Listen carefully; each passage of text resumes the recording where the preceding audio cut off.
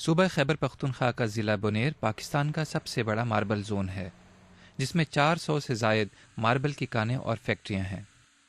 Marble کی کئی اقسام میں سے 13 اعلیٰ اقسام بنیر میں پائی جاتی ہیں، جن میں پمپو، کرارا وائٹ، سن وائٹ اور سن گرے شامل ہیں۔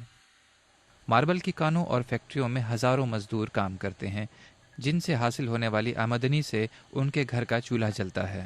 تاہم مناسب سرپرستی نہ ہونے اور مہنگی بجلی کے باعث یہ صنعت زوال کا شکار ہوتی جا رہی ہے۔